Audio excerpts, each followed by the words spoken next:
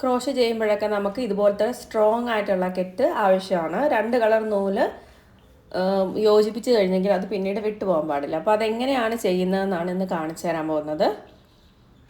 Crochet ചെയ്യുമ്പോഴും അല്ലാതെ നമ്മുടെ നോർമൽ കയറുകളോ എന്തെങ്കിലും നമുക്ക് കെട്ടണമെങ്കിൽ ഇതേ രീതി തന്നെ നമുക്ക് സ്വീകരിക്കാവുന്നതേ ഉള്ളൂ. ഞാൻ ഇപ്പോൾ 2 കളർ നൂല് എടുത്തേക്കുന്നത് നിങ്ങൾക്ക് കാണിച്ചു തരാൻ എളുപ്പത്തിനായിട്ടാണ്. നമ്മൾ നോർമൽ സാധാരണ കെട്ടിടത്തില്ലേ അതുപോലെ ഫസ്റ്റ് കെട്ട് അതുപോലെ ഇടുന്നത്. ഇപ്പോൾ താഴേക്ക് വന്നേക്കുന്നതാണ് ഈ വൈറ്റ്, അടിയിൽ കൂടെ വന്നേക്കുന്നതിനെ ഞാൻ വീണ്ടും അടിയിലൂടെ എടുത്തിട്ട് ദാ ഇങ്ങനെ കെട്ടിട്ടു. ഇനി നേരെ ഓപ്പോസിറ്റ് വേണം അടുത്ത കെട്ടിടാൻ. അതിനു മുമ്പ് നടുവിരൽ ദാ ഇതുപോലെ നടുവിൽ വെച്ചിട്ട് ആദ്യം വൈറ്റ് ത്രെഡല്ല അടിയിൽ കൂടെ എടുത്തത്, ഇനി നമ്മൾ യെല്ലോ ത്രെഡിനെയാണ് അടിയിൽ കൂടെ എടുക്കുന്നത്.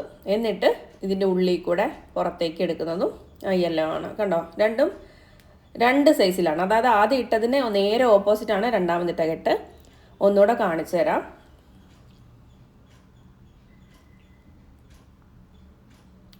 ഞാൻ 2 ത്രെഡ് ഇതുപോലെ വെച്ചു. ഇനി എൻ്റെ റൈറ്റ് ഹാൻഡിൽ വരുന്നതാണ് അടിയിൽ കൂടെ വന്നേക്കുന്നത്. അതിനെ ഞാൻ വീണ്ടും അടിയിലൂടെ ഇട്ട് സാധാരണ ഒരു കെട്ടിട്ടു. ഇനി നടുവിൽ ഒരു വിരൽ വെച്ചിട്ട് നേരെ ഓപ്പോസിറ്റ് കളർ ഉണ്ടല്ലോ അതിനെയാണ് അകത്തൂടെ എടുത്തിട്ട് പുറത്തേക്ക് കൊണ്ടുവരുന്നത്. ദാ ഇതുപോലെയാണ് ലോക്ക് വീഴുന്നത്.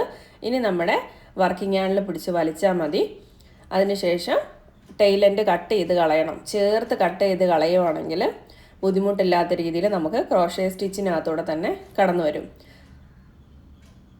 ഇനിയിപ്പോൾ നിങ്ങൾക്ക് ഇതുപോലെ പൊങ്ങി നിൽക്കുന്നത് ഇറിറ്റേഷൻ ഉണ്ടെങ്കിൽ നമ്മുടെ ലൈറ്റർ ഉണ്ടല്ലോ, സിഗരറ്റ് ലൈറ്റർ, അത് ഉപയോഗിച്ചിട്ട് ഇതൊന്നിവിടെ ചൂടാക്കിയാൽ മതി. അത് സെറ്റാകും അവിടെ. ഓക്കെ, മനസ്സിലായെന്ന് വിചാരിക്കുന്നു.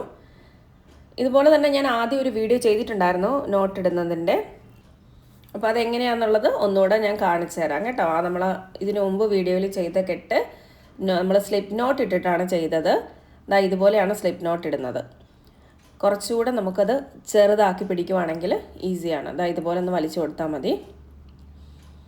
ഈ അകത്തൂടെ വരുന്ന ലൂപ്പ് ഉണ്ടല്ലോ ആ ലൂപ്പിലേക്കാണ് നമ്മൾ മറ്റേ ത്രെഡ് കയറ്റി കൊടുക്കുന്നത്.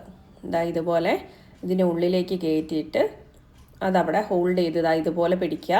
ഇനി അതിൻ്റെ ടൈൽ എൻഡ് പിടിച്ച് വലിക്കുന്ന ഒപ്പം നമ്മൾ ആ വൈറ്റ് ത്രെഡ് കുറച്ച് ചേർത്ത് കൊടുക്കുക. അതായത് യെല്ലോ ലൂപ്പിനകത്തൂടെ ആ വൈറ്റ് ഇങ്ങോട്ടേക്ക് കടന്നു വരണം. ദാ ഇതുപോലെ നമ്മൾ കൈകൊണ്ട് കയറ്റി കൊടുത്താലും മതി.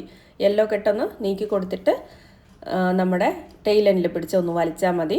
ആ കെട്ട് സ്ട്രോങ് ആവും. ഇതാണ് നമ്മൾ മുന്നേ വീഡിയോയിൽ കാണിച്ചു തന്നത്.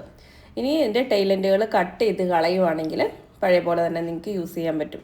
ഇതാകുമ്പോഴത്തേനും ക്രോഷേ ചെയ്യുന്നതിൻ്റെ ഇടയ്ക്ക് നമ്മൾ കളർ ചേഞ്ച് ചെയ്യാൻ തനിയെ വന്നോളും. നമ്മൾ പല കളറുള്ള ത്രെഡുകളൊക്കെ ഇട്ട്, അതായത് ഒരു ത്രെഡിൽ തന്നെ പല കളർ കണ്ടിട്ടില്ലേ അതുപോലെ